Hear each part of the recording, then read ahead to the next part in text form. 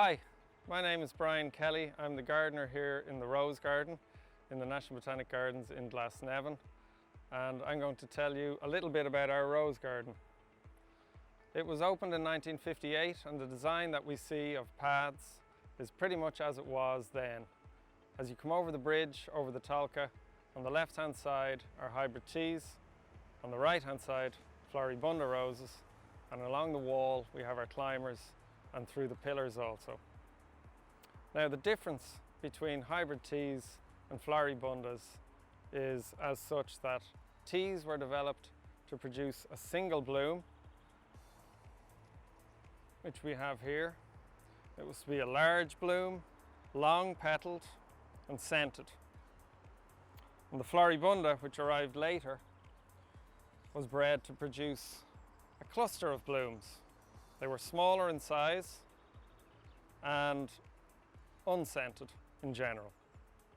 So that's the main difference. Now here in the gardens, the maintenance program begins in late winter when we prune all the roses that you see here. So our teas and floribundas are pruned pretty much the same as each other. And that is, we will reduce them to 8 to 10 inches to an outward facing bud. We'll remove any dead, diseased or damaged wood.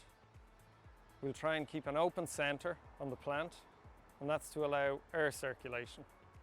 Now the reason we want good air circulation through the roses is to help control disease, because the worst diseases of roses are black spot and mildew, and these can come about with bad air circulation.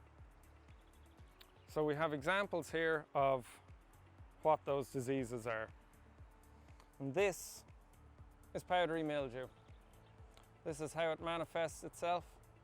This white powdery substance on the leaves. It's quite unsightly. Comes about mainly because the roots are dry and a humid air. But it's a little different from the black spot, which everybody will have on their roses, because everybody's roses get black spot. They are very vulnerable to it, very prone to it, and it shows itself with these little black dots.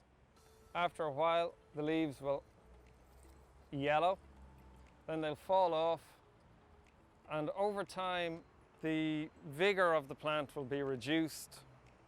And if your plant vigor is reduced, your blooms aren't as good as they should be, and the health of your plant is suffering. So what can we do about that? Well, air circulation. We'll put a mulch down in spring, and then a well-fed plant has a much better chance of resisting disease. So the other thing that happens is we spray. So here at the gardens we have a feeding program and a spraying program. So we will feed with a rose feed every month, basically, depending on what we're feeding. And we will have a spray program of every 2 weeks. So the spray, we spray for green fly with a pesticide. It's an organic product we use. And the product for the mildew and the black spot is a basic over-the-counter product available from any garden centre. So you should be able to access it. There are organic mixes that you can get made up with baking soda. Again, those ingredients, recipes are available on the internet. They do work to some effect. Now, the rest of the time, during the summer, the hard work is done, the pruning's done, and we're enjoying the blooms. And one of the major jobs during the summer is deadheading. So, this is the hybrid tea that I was showing you. So deadheading the hybrid tea is relatively straightforward.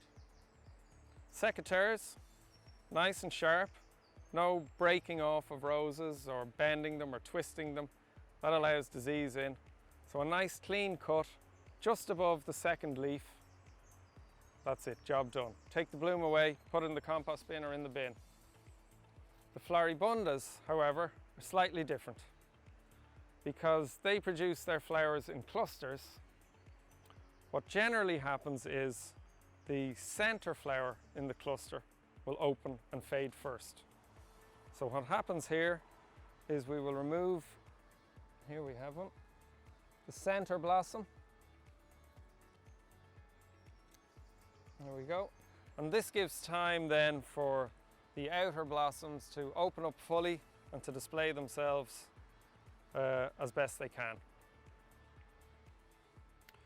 So one of the big questions that people ask us when they come into the gardens, aside from feeding and spraying, is how do we propagate roses? Well, all of these roses and our climbers can be propagated at this time of the summer. So mid-July through to mid-August is a great time to take cuttings of roses. And to take cuttings of roses, I have some here. You simply take a length, 8 to 10 inches. If you don't have that length, take something smaller, maybe pencil thick. And to prepare it, we'll tear off these bottom leaves or snip them off. We'll leave the top two. It's a thorny guy, this. And just nice clean cut above a leaf. And we have a clean cut below a leaf. And then we have a mix made here of half peat, half sand. So again, available down the garden centre. Straightforward peat. You can do it with compost, but no need. And a dry horticultural sand. So 50-50 mixed together. We've soaked it well, and now we're ready to put the cutting in. So just use your pencil to make a little hole down the side of the pot. Place it in. Firm it in gently. Give it another little sprinkle with the watering can, and most importantly, label it. So the name and the date. And then you put that cutting into a glass house if you have it, or just against a wall, somewhere out of the wind where it can't get damaged. And in the next 2 months or thereabouts, you should have roots developed. You can pot those on in the autumn, and next year you'll have nice plants again to share out to your friends. So that's basically what happens here in the rose garden. We're open every day of the year bar Christmas, and we'd be delighted if you came down. We're available to take any questions you have about your garden or your roses, and we'd be delighted to see you. Thank you.